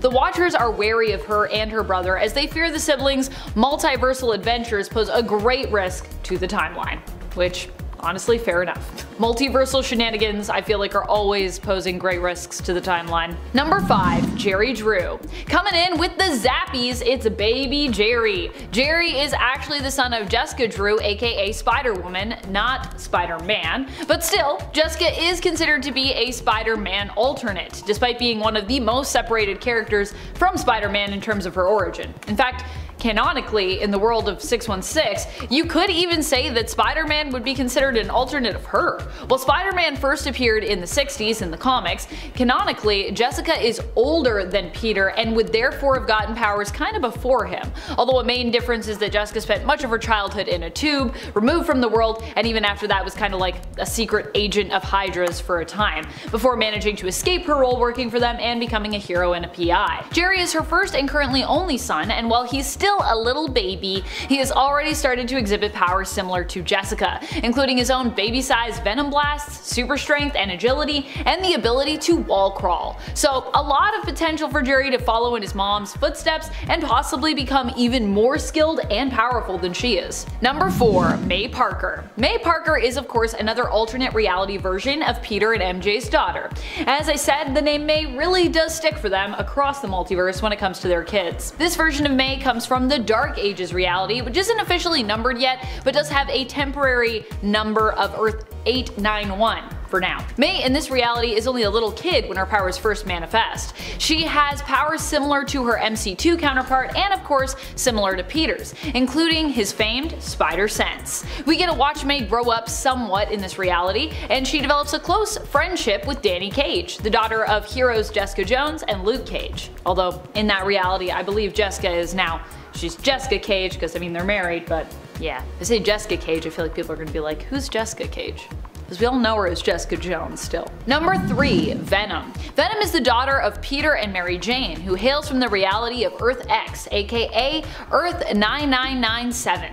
Eventually, May Parker ends up bonded to the Venom symbiote in this reality. Its origins are a little different as it was created, like many other things in this reality, by the Celestials. They created symbiotes to protect the embryos that they had stored within planets. So yeah, a bit different. However, despite their origins not being quite the same, the Venom symbiote here still has similar powers and abilities, and even a similar appearance somewhat to their 616 counterpart. Although they tend to be more black and red, and the Venom symbiote tends to be more white and black. In the Earth X reality, at some point after the death of May's mother, MJ, the Venom symbiote left Eddie Brock and bonded with May Parker, who also was trained by her uncle Matt Murdock, aka Daredevil. Pretty cool stuff. Not only does she have her Venom symbiote and spider-like powers inherited from her dad, but she also has fighting skills passed down from DD. Which is pretty cool. Number 2. Mayday. While little uni-powered baby May might have some of the greatest potential, when it comes to actual feats of strength and powers that we've seen on display, Mayday probably takes the cake, just because she is one of the kids we've seen the most of. She is the daughter of Peter Parker and his wife Mary Jane Watson Parker from the MC2 reality. May Parker grows up to inherit her dad's powers in this reality, meaning that she too can wall crawl, has the proportional strength of a spider, possesses spider sense, and is extremely agile. In fact, while it's believed that May isn't as strong as her dad, she is believed to be even more agile and dexterous than him. So when it comes to her sense of balance and nimbleness, she actually beats Peter in this one regard. Number 1. Spiderling. Spiderling is Anna May Parker, nicknamed Annie, who comes from the Renew Your Vows universe, which became so popular that it got its own spin-off series as well as its own piece of patchwork reality in God Emperor Doom's Battle World Tapestry that was showcased during Secret Wars. Confirmed! God Emperor Doom is a shipper of Peter and MJ and thinks that they should have stayed married. We've confirmed it. He's like, I'm here for Renew Your Vows. That can be in my battle world. Annie, like her father, develops spider-like powers and abilities. And while we've seen the most of Mayday and she is likely the most popular of the alternate reality kids, I'd even suggest that Annie is more powerful as she has a more specific version of spider sense that basically allows her to see what potential danger is actually setting it off, giving her a sort of future sense, if you will, making her kind of a precog. Aside from that, she has not just her dad to guide her in heroics, but her mom as well, as in this universe, Mary Jane has powers of her own, taking up the superhero name of Spinneret. Mary Jane in this reality even at one point bonds with the Venom symbiote. Pretty crazy, especially considering MJ616's history with Venom. Also, guess what? I'm pretty sure Anna May is actually, one of the kids is actually named after MJ's Aunt Anna. So this is both aunt names combined, which I think is fair because both Aunt Anna and Aunt May are cool people. Number 10. MCU kids. What? That's right. Thanks to the writers of Endgame, we know for certain that Captain America has 2 kids with none other than Peggy Carter. At the end of Endgame, Captain America decided to retire to the past and marry Peggy Carter, who he had been separated from for decades thanks to his years spent in the ice before being revived during the events of the first Avengers film. Peggy's husband was first referenced in the 2014 sequel to the first Captain America film, Captain America the Winter Soldier, in which an older Peggy mentions that she got married after the war and had 2 children. We now know that that husband actually was Steve himself, who had gone back in time, and those 2 mysterious children belonged to him. This kind of leaves us wondering, where were Captain America's super kids this whole time, and will they play a part in the Marvel Cinematic Universe in years to come? This has yet to be seen, but they will almost definitely play a part in the future of the MCU. Number 9. Jack Rogers. Jackson Jack Rogers is from the alternate future world of Earth TRN-858 and is Steve Rogers' great-great-grandson. He lives in a utopian society where the super soldier serum is used by hospitals to cure patients. The only problem is that for Jack's son, Steve, his body is rejecting the serum and having a negative effect. He goes to the president and asks for the secrets to the serum, but a Kree general rejects him. Turns out the Kree are actually using the serum to turn humans into a sleeper army. So once Jackson finds that out, a whole manhunt begins, and he ends up allying, sorta, with the Red Skull and using his ancestor's shield to fight against the Kree. Now it turns out his son actually has a recessive Kree gene, and the serum is actually harmful to the Kree, which Rogers uses to his advantage, finding the serum and stopping the Kree invaders with a bit of help from the Cosmic Q powered Red Skull. Now it's a really cool story, but Rogers is basically just a normal guy with a great lineage. Number 8. General America. Unfortunately, we don't know much about the great-grandson of Steven Rogers, as the story he was in, What If Captain America #1, was mainly about the Civil War hero. But from what I can tell, he seems to have the same kind of enhancements as his previous ancestors who took up the Captain America mantle. They were all blessed with an ancient power that gave them peak human conditioning and also, presumably, mystical protection from harm. Another point that I think just makes them a cut above is their constant battle with the white supremacist group known as the White Skulls. He himself is descended from the great Civil War era Captain America who fought the White Skull, saved President Lincoln and the Native American peoples, and even helped end the Civil War earlier than it normally would have. The Captain Americas are a lineage that will continue on as long as there is injustice to fight. Coming in at number 7, it's Ellie Rogers. The daughter of Steve Rogers and Sharon Carter, Ellie Rogers is a member of the Resistance in the really cool Secret Wars story of Hail Hydra from 2015. In the second issue, she meets up with Ian Rogers, Nomad, and after the Resistance is attacked by Venom, she gets infused with a Venom symbiote, gaining similar powers to those of Eddie Brock. Before this point though, she seems to just be a very healthy, regular person, even despite her father's super soldier status. She had given up on the dream of the Resistance after such a long time under the control of Hydra, but her brother, Nomad, inspired her to keep up the fight, and they got in a wee kerfuffle with the Hydra Avengers. She was taken out by her injuries. Number 6. James Rogers. With most of the heroes killed during a battle with Ultron and the world at the mercy of the villain's army, Captain America tells Iron Man to take the children of the Avengers to a base in the Arctic Circle to keep them safe. Here, Tony trains the kids for over 12 years until they become the new young Avengers. Among these children is the son of Captain America and Black Widow, James Rogers. As the son of 2 super soldiers, James possesses all the benefits of the super soldier serum, peak human strength, speed, durability, agility, stamina, and reflexes. He also becomes the natural leader of the group of young Avengers and has a natural gift for tactics and planning. So much so that it helped the team to defeat Ultron with the help of the Hulk. Number 5. Ultimate Red Skull. In the Ultimate Universe, Steve Rogers and girlfriend at the time, Gail Richards, end up having a little one-night get-together in 1945 before he went and got himself popsicled. 9 months later, out popped a baby that the government decided needed to be kept a secret. They took the boy into foster care on a military base, training him to become a super soldier to replace the supposedly deceased Captain America. He soon became stronger and more tactically skillful than his father, and by all intents and purposes,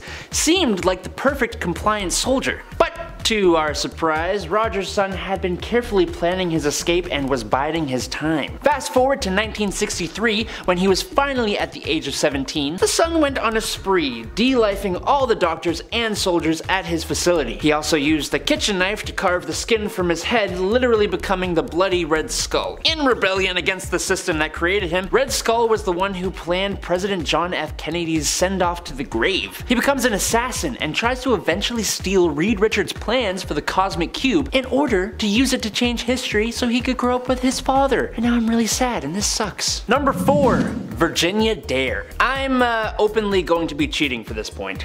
You'll have to forgive me because I ain't going back now. While Virginia Dare is not at all in any shape or form the daughter of Steve Rogers, on Earth 311, the Earth of Marvel 1602, she is the first child born in the Americas, aka the New World, and the time-displaced Rogers takes her under his wing in a way. Virginia has the ability to transform into any animal she wants, which is arguably a very powerful as well as versatile power. Rogers accompanies her across the ocean and to visit the Queen of England. He is her protector and he confides in her about his true origins, so they share a bond that's maybe a bit more comparable to a brother and a sister. But as he is inspired by the core values that he believes symbolize America, and she is the first child of America, his will to protect and guide her is strong enough that I think she deserves a spot here. Number 3.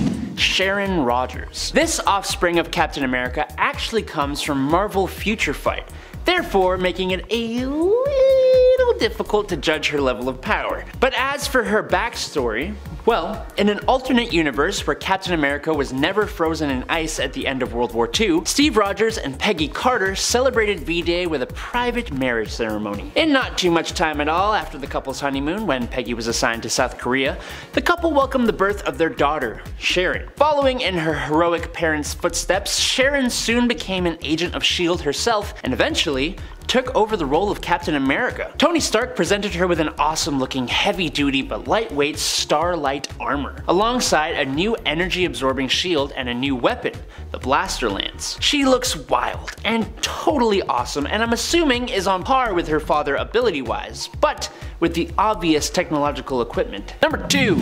Ian Rogers. An adopted test tube baby created by Arnim Zola in Dimension Z, Ian Rogers, or Nomad, was taken by Steve Rogers and was raised for 10 years by him in Dimension Z until he was thought to be accidentally taken out by Sharon Carter. But he actually lived and was raised further by Sharon while Steve was back in the real world. Being trained by Cap, Ian was exceedingly useful in combat and even with using a shield like his father's. But he was also born with above peak human levels of physical and mental abilities, like enhanced strength, speed, intellect, and longevity, as well as accelerated healing thanks to the biogel Zola made him with. As long as he has a supply of the gel within his armor, his body will always fix itself. And that's pretty cool. He had a really awesome leading part in the Secret Wars story Hail Hydra from 2015. He once wielded the shield of Cap, but now uses the Horde Crusher, which is a big old staff made by Arnim Zola. He's awesome. Check him out. And number 1. Sarah Rogers. In What If number 114 from September of 1998, we get a story of what would happen if the heroes who were transported to Battleworld in Secret Wars actually just stayed there.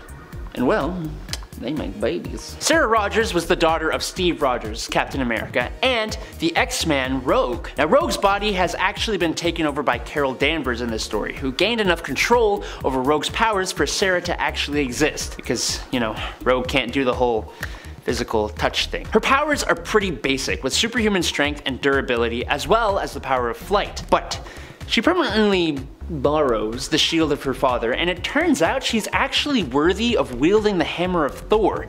It's great. During a fight with the son of Dr. Doom, who is trying to return to Earth and conquer it, Sarah, like most of these descended from the Captain, becomes a natural leader and helps inspire the other teen heroes.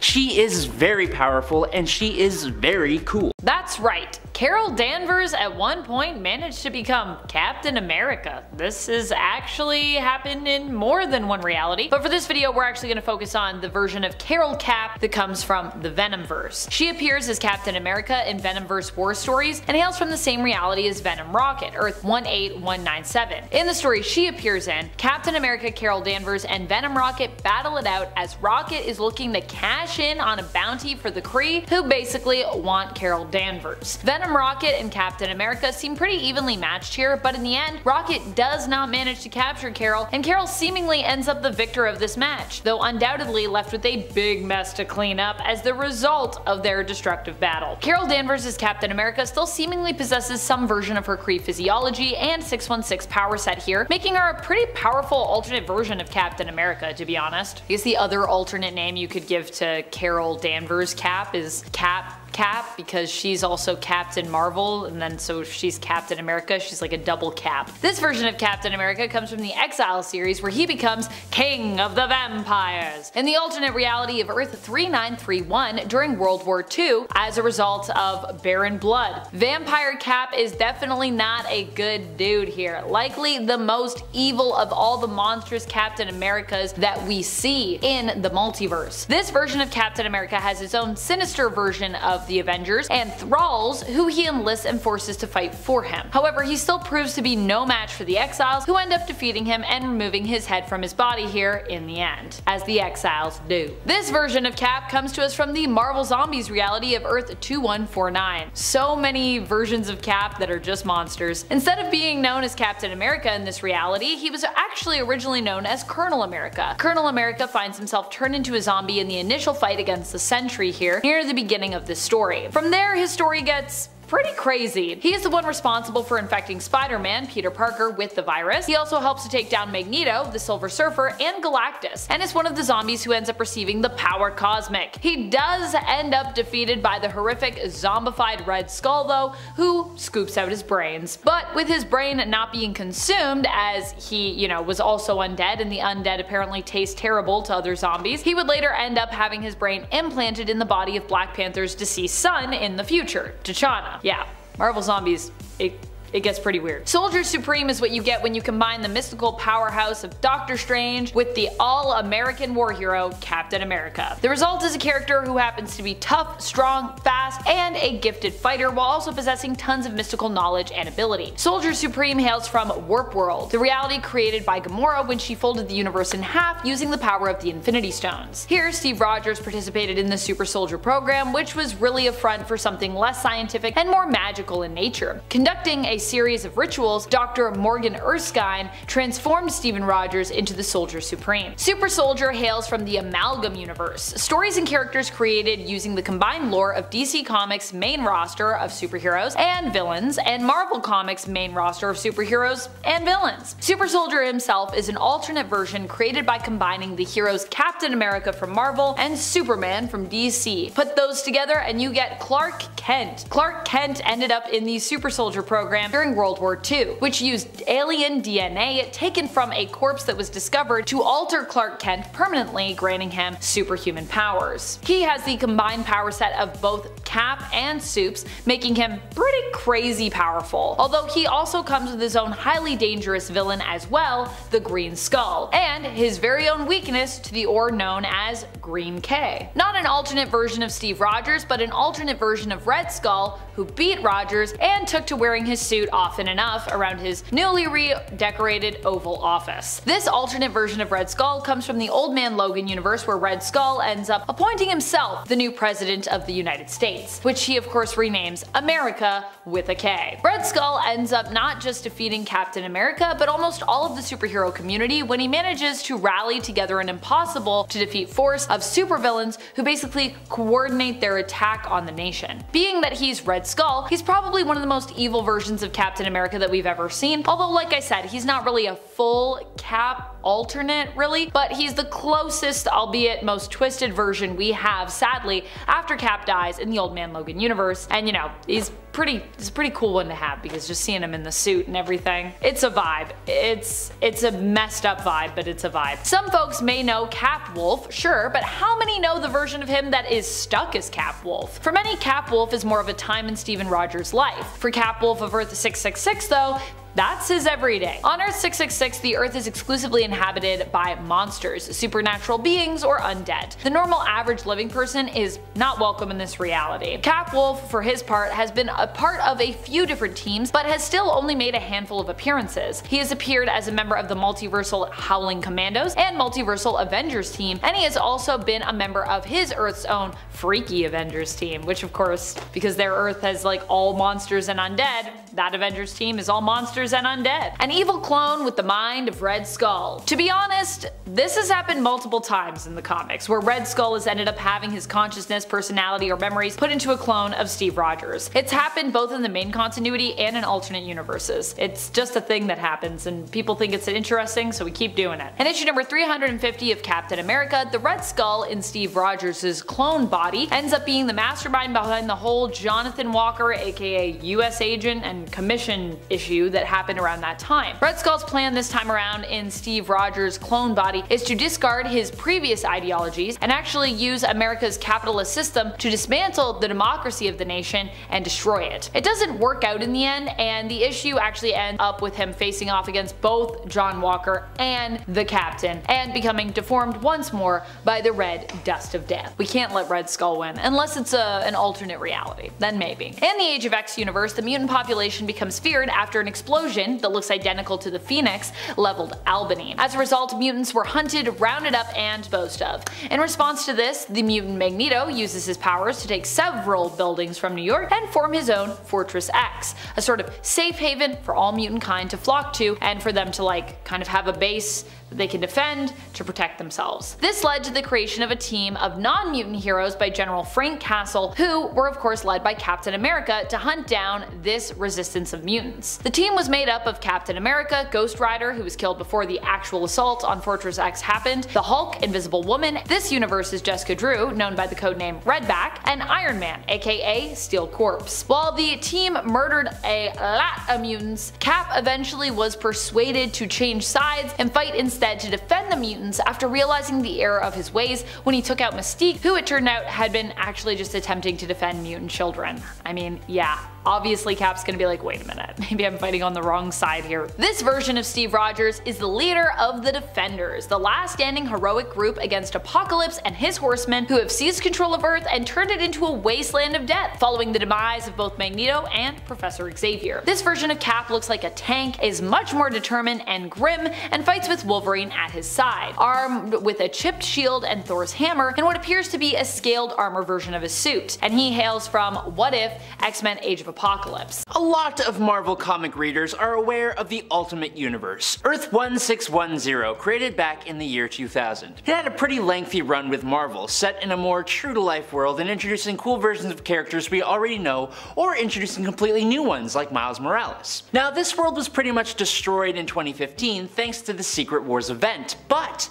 now a new version of the Ultimate Universe has come into existence, Earth 6160. Very different. This world was created by the evil version of Reed Richards called the Maker from the original Ultimate Universe, who manipulated the world's history. In this alternate universe, it was actually Howard Stark who became Iron Man, and alongside Obadiah Stane, headed Stark Industries and controlled North America. Now after learning that the world was controlled by a group of supervillains known as the Cabal, Howard turned on them, imprisoning the Maker in a time machine called the Immortus Engine. Unfortunately, this led to the presumed passing of Howard, and so his son, Tony, carried on his footsteps as Iron Lad. In the alternate Earth of the Dark Ages story from 2021, when Earth became threatened by a massively powerful robotic being called the Unmaker, Tony Stark worked alongside with the world's other scientific geniuses to try and protect the Earth. Now when Doctor Strange sacrificed himself to save the world, it created an EMP that brought down Iron Man's suit technology along with the technology of the rest of the world. This caused Tony to crash and lose part of his leg, but survive. Now 7 years later, society has rebuilt itself in a world with no electricity. But this is Iron Man. Tony found a way to create a suit that didn't require any electricity to work. Eventually, he began experimenting with alchemy, and while working away, he was recruited by Captain America to liberate Europe from the mutant apocalypse. But it turns out, Cap was actually Mystique in disguise, working with Apocalypse, who then captured and brainwashed Tony along with other geniuses to try and capture the power of the Unmaker. In the incredibly recent Avengers Twilight, the world is under the control of a totalitarian government after an event called H-Day, when Ultron and the Red Hulk launched a brutal attack and wiped out most of the Avengers. Here, the son of Iron Man and the Wasp, James Jimmy Stark, inherited the Empire empire of Stark technology. Having grown up in a society where superheroes had been tarnished by public opinion and being raised by Kyle Jarvis, who was actually a villain in disguise, James's brilliant mind was used to create the surveillance system, Iron Man drones, the armor used by the corrupt police force and the army, as well as the new Avengers. Now eventually, James also makes his own powerful Iron Man armor and uses it to fight Steve Rogers and the other heroes as a pretty capable villain before eventually trying to right his wrongs. In the world of Marvel zombies known as Earth 2149, Iron Man appears as one of the uninfected heroes in the S.H.I.E.L.D. helicarrier, where Nick Fury and other survivors try to plan to save Earth from the virus. Unfortunately, they are attacked and Iron Man is infected and joins the infected zombies. He is among the zombified population left on the Earth to see the Silver Surfer arrive, heralding the arrival of Galactus. These remaining zombies attack Silver Surfer and Iron Man loses his bottom half during the fight, but after Silver Surfer is subdued, Iron Man becomes one of the few to feast on the Silver Surfer and gain a portion of the Surfer's powers, allowing him to fly again. He then thinks of making a machine to combine all the zombies' new cosmic powers to unleash against Galactus. Iron Man, along with the Hulk and Giant Man, build the machine and finally bring him down, but then it's a brawl between different factions of zombies to see who gets to eat Galactus. The heroes easily win and they feed on Galactus, gaining his power. These zombies become the Zombie Galacti, returning to Earth after 40 years of consuming the entire universe, only to find out that there are still survivors on Earth. Eventually, Giant Man realizes that the hunger has actually disappeared for the zombies, and they agree to stop attacking and spare their survivors. Unfortunately, the Hulk still had quite the appetite and he wiped out Iron Man among many others. It seems that being Iron Man runs in the Stark family, and so the Iron Man of the year 2093 is one Andros Stark, a descendant of the Stark line and a direct descendant of Arno Stark. Now, sometime in the future it seems that Iron Man's tech becomes outlawed, but like a true Stark, this does not stop Andros from resurrecting it and using it for his own gains. Yes, Andros is more of a villain. Teaming up with Victor Von Doom, he has set up a weapons platform in Earth's orbit and plans to eliminate the population if their demands are not met. In the present day, a reborn preteen King Arthur, as random as that sounds, orders Merlin to bring the Tony Stark and Dr. Doom of the present to 2093 to save Camelot. Now, when Tony attacks the satellite, he comes face to face with his descendant, Andros. Andros' armor is obviously more sophisticated than Tony's due to the future where it comes from, and Andros makes quick work of Tony. But when Tony comes back for round 2 wielding the blade Excalibur, which is just an awesome sentence, Andros can't handle the smoke. He's defeated. He gets defeated. Now, one of the stranger alternate Iron Mans comes from an equally strange alternate world. Coming to us in Secret Wars 2, as in TOO, not the number 2, from 2015, is the Battleworld domain number 615.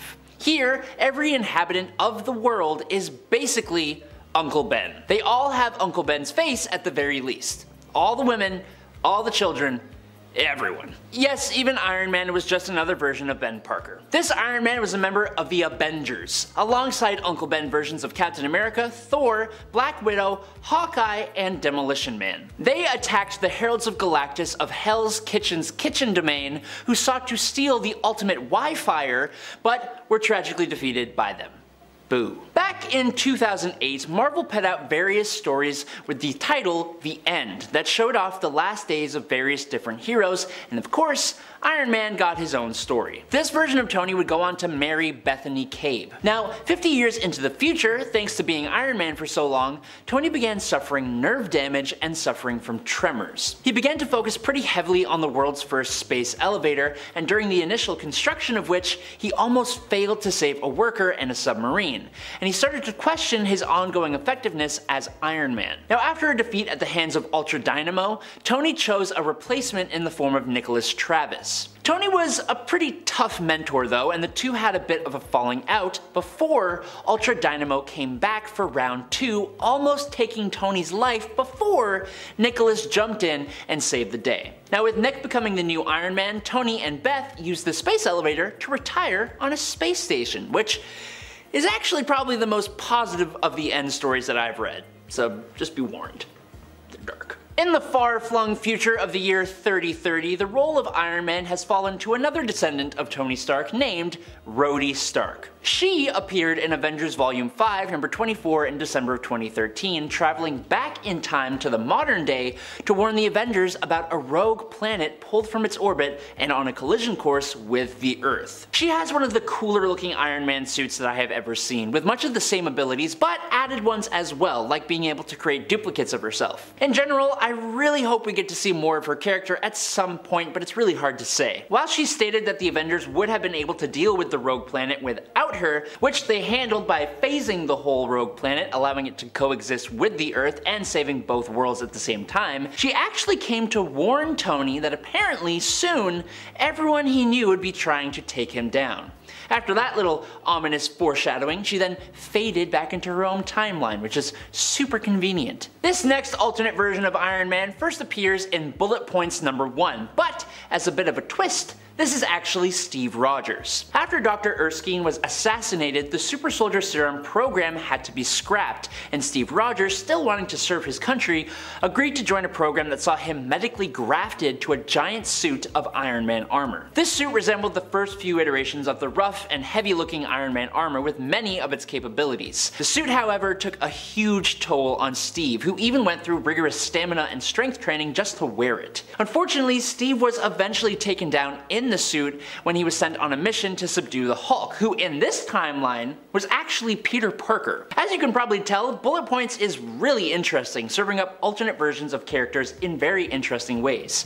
Check it out if you have the chance, because the art is also pretty amazing. And lastly today, one of the fun things about Tony is that he can very easily be turned into an incredibly ruthless and capable villain. There are a few evil versions of Iron Man, but my favorite one is from Exiles issue 23. This Iron Man brought the whole world to its knees, but had the intelligence to not let them know it, and then the world begged him to take control. This incredibly evil Iron Man from Earth 42777 concocted a massive plan. Tony acquired every world conglomerate, he organized a mutant war against humanity and defeated their leader, Magneto, who he secretly actually supported, in order to be held up as a savior. He then created a worldwide famine, the likes of which has never been seen before, and then invented the cures and vaccines to fix it all. All of that to help him get elected president.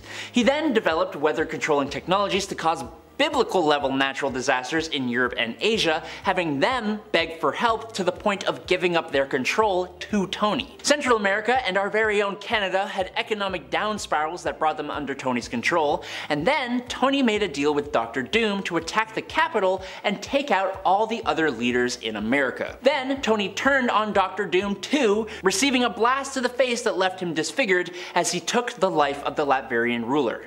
He's even managed to defeat the Hulk. He is a scary dude. The Avengers just got their own version of Krakoa. What a way to start, huh? There is now a member of the team that is a sentient island. Their name is Impossible City. They just dropped in July of last year, so it's almost their birthday. Impossible City was created by a separate group of heroes that had trapped a bunch of monsters called the Ashen Combine inside the city. The heroes eventually just mysteriously disappeared and the monsters got out. They proved really quickly why they were trapped. They started destroying worlds and defeating heroes, all while dragging around Impossible City as their headquarters against their will. The city was modified to serve the group, but it knew that it didn't want to. It wasn't until the Avengers battled the monsters that things got interesting. Captain America and Black Panther went up to the island intending to destroy it. However, the island started speaking to them, which was probably the most normal thing to happen to them all that week.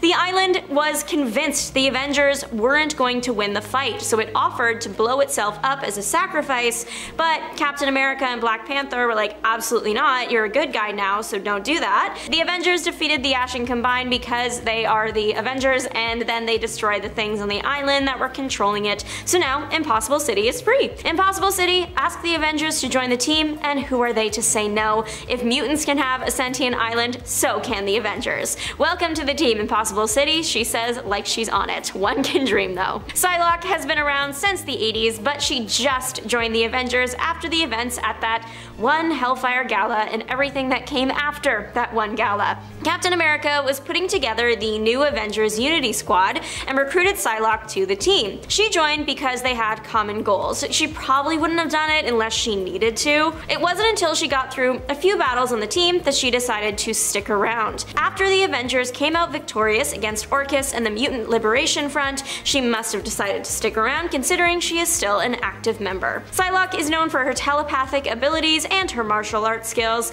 She's been part of the X-Men for years. It's the Avengers that are just now cluing in on her talent. Similar to Psylocke is Penance, or Monet. She started out as an X-Men, but after the disastrous events of that one gala, she joined Captain America's Avengers Unity Division. Penance is actually the second identity of Monet that was created by her evil brother. She told him she wouldn't go around the universe terrorizing people with him, so he turned her into Penance, a mute creature with sharp, hard red skin. Eventually, she was freed from this body thanks to other family members. She did have a villain era, but ultimately, when mutants were in danger, she stepped up to the plate, joined the good side, the Avengers Unity Division, and saved her community. Johnny Watts went from vigilante on the West Coast to West Coast Avenger. Johnny met Kate Bishop while she was investigating the disappearance of his sister's girlfriend. Naturally, he decided to help Kate out, and they saved his sister's girlfriend. Seems like he had fun working with Kate because they continued working together and investigating crimes. At this point, all Kate knows is that Johnny is just a human that's really good at fighting. However, during this really big battle, Johnny shields her from some falling concrete, so surprise, he actually has superpowers. His power is omnimorph duplication, and that is turning your body into any substance you touch. Watts wears vibranium jewelry, so he always has access to a strong substance to transform into, and I love it when heroes are smart. It seems like a bare minimum requirement, but you would be surprised. When Kate was reforming the West Coast Avengers, Watts was all for it, and at this point, he took on his hero name. You are never going to guess what Johnny Watts' hero name is. Fuse. The commitment to the bit is outstanding. Sister and brother duo Goodness and Lucky joined the West Coast Avengers back in 2016, but it wasn't an easy road to get there. Goodness and Lucky are humans with the power to turn into an animal. Goodness into a blue wolf and Lucky into a pink two-tailed fox. One night, while they were minding their business, a group of supervillains attacked their neighborhood, leading to Lucky ending up in the hospital. It eventually came out that the attack was orchestrated by a councilman, so a high-risk area of the city would be eliminated. Obviously, Goodness is really upset about her current circumstances and ends up transforming into her wolf form in the police station. The Great Lakes Avengers were able to help out and get her to relax, and she ultimately decided to use her odd power for good. She joined the GLA as Good Boy, helping the team defeat the Bodge Squad. As of right now, Lucky has not joined the team. Gwenpool quickly charmed people when she appeared on a variant cover, so much so that she manifested into an actual Marvel character. Despite technically first appearing in 2015, she didn't join an Avengers team until 2018, the same team Fuse would have joined.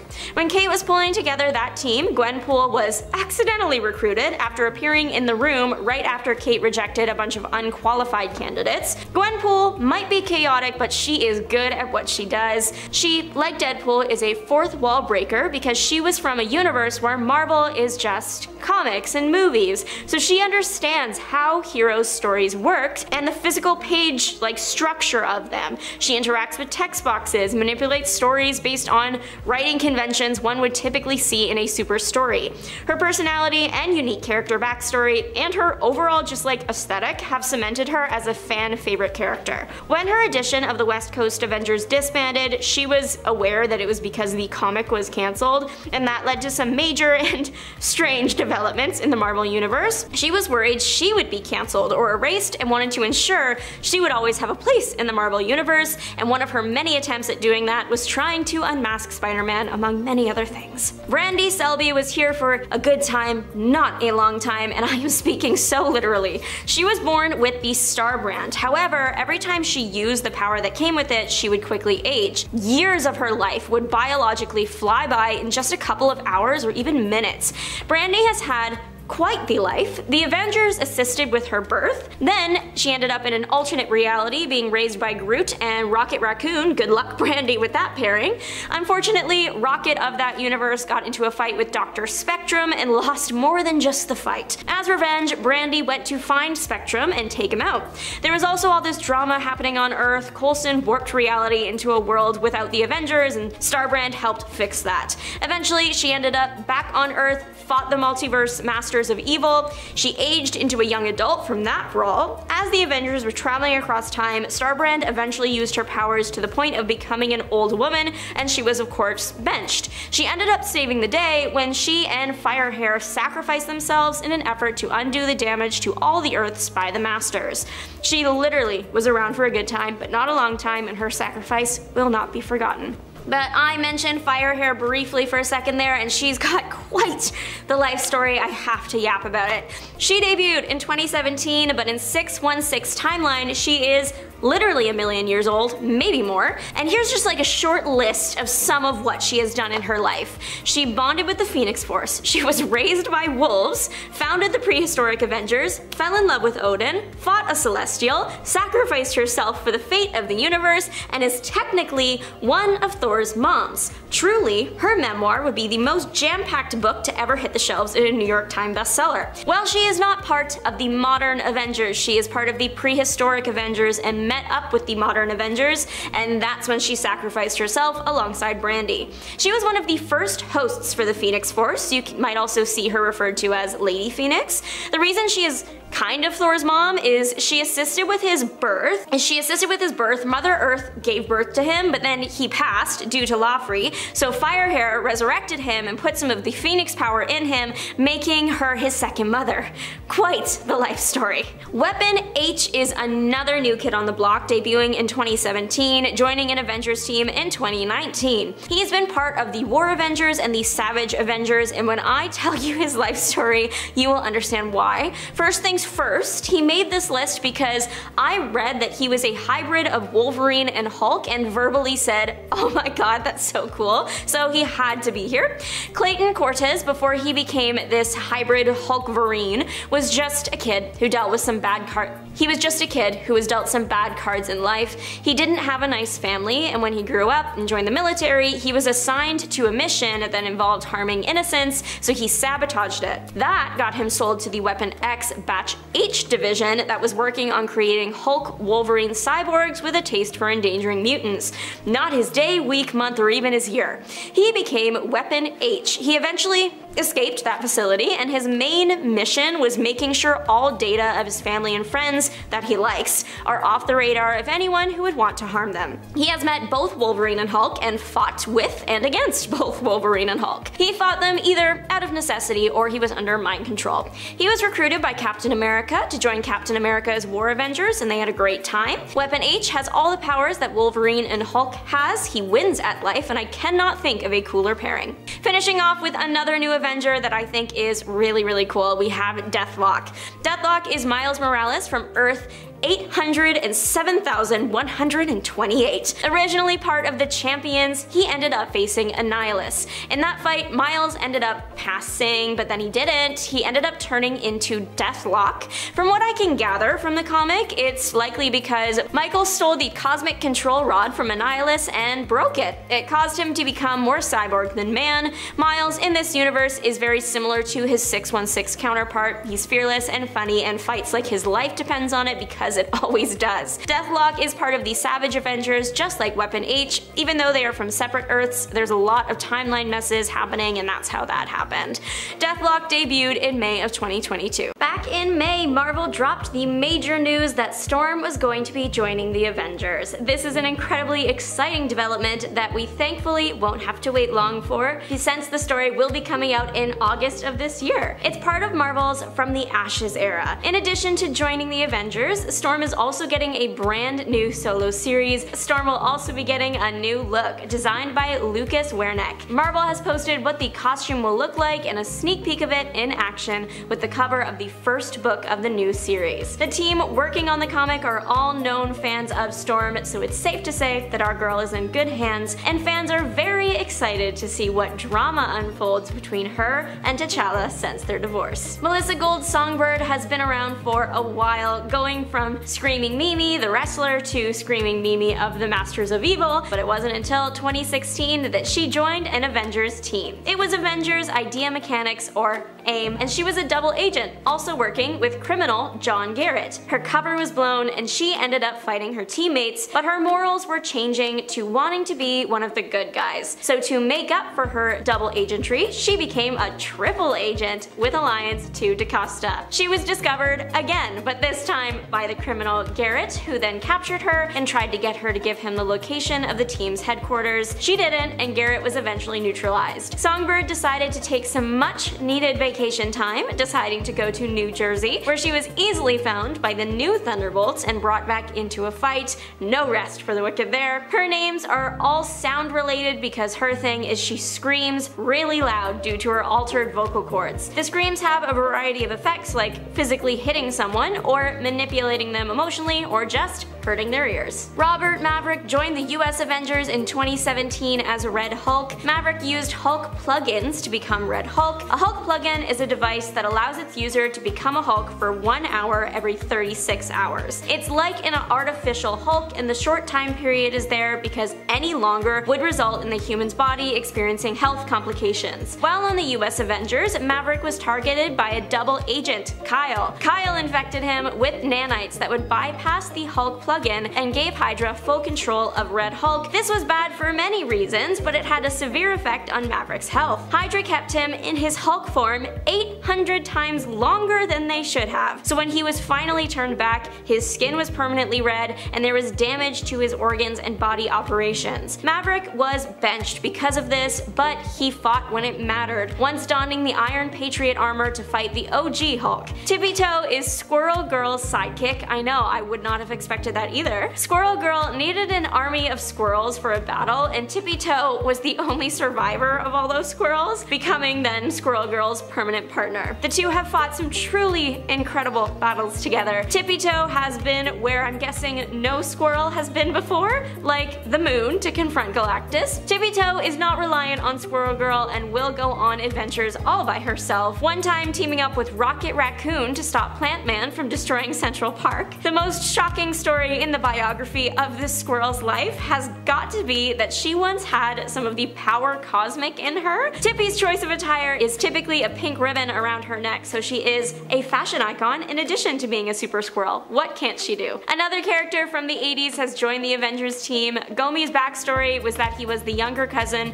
and lab assistant of this researcher that was obsessed with Marvel Girl. The researcher wanted to make his own Marvel Girl. First though, he created intelligent lobsters, the strength of a human, but we will get there in a minute. When the evil scientist couldn't create his own Marvel Girl, he decided to just experiment on his cousin instead, attempting to give him telekinetic abilities. It did and didn't work. He got telekinetic abilities, but they are super limited and uncontrollable. All Gomi can do is throw a blast of force in front of him. He can control the direction, but not much else about it. Gomi's sidekicks, pets, best friends, you pick, are the two lobsters mentioned before. They are named Bill and Don. Unfortunately, Don was stepped on by Devil Dinosaur, but Bill has lived long enough to see Gomi join the superhero initiative Avengers World. This went down in 2019. 2015 was a big year for Emily Guerrero. She made her debut into Comic Society and joined an Avengers team. What a season out on the town. Emily might have been better known to some by her hero name, Synapse. She thought she was just a girl, but turns out somewhere in her family history is some Inhuman. She discovered this part of herself when the Terrigen Cloud moved into their house like it paid rent, and encased her family in cocoons. It was after she exited her cocoon that she gained her powers, which are telepathy, literally affecting people's brain chemistry by manipulating the electricity running through their head, boosting immune systems, and suppressing the powers of others. Captain America saw her potential and recruited her for the Avengers Unity Division representing Inhumans. Her first battle as an Avenger was iconic. It was against Super Adaptoid. She mind-controlled a flock of pigeons and got them to attack it, giving the rest of the Unity Division the chance to take out the villain. No one is doing it like her. One thing we can count on for Steve Rogers is he is going to start an Avengers team. In the new story, Avengers Twilight, Steve is pretty old and doing what he does best, starting an Avengers team to save the world. And just a warning, from this point on, there will be spoilers for the Avengers Twilight comics. The world that this happens in is not Earth 616, its temporary assignment is TRN 1096, but in this world, the Avengers went through everything that they did before, but then Ultron gains control of the Hulk, enhances a bunch of supervillains, and leaks the identity of many superhumans. Of course, the heroes are blamed for all this, and the Avengers are disbanded, leaving the world to get worse and worse until it is a completely controlled society under constant SHIELD surveillance. Steve Rogers has the super soldier serum removed from his body, meaning he retired and grew old. Thor went off-world, Iron Man lost his head literally, other heroes either disappeared, went underground, or were arrested. It wasn't until some weirdo decided to make a documentary that made Red Skull look good that Steve finally got up to fight again. Steve started working with the team Defenders. The team was able to replicate the super soldier serum, and Steve could Captain America once more, doing what he does best, leading the Avengers that I personally am calling this new team the Twilight Avengers. So I mentioned in that last point that Tony lost his head. However, Tony's son kept the genius billionaire playboy philanthropist Noggin in a containment unit so he could use his brain to puzzle out problems. Steve broke into the location where his head was being kept and stole Tony, and with the help of an electrical surge from Thor, was able to bring that head to life again, reviving Tony Stark. Now Tony is on the Twilight Avengers as Iron Man once again. He has an android body and his head floats around in his helmet,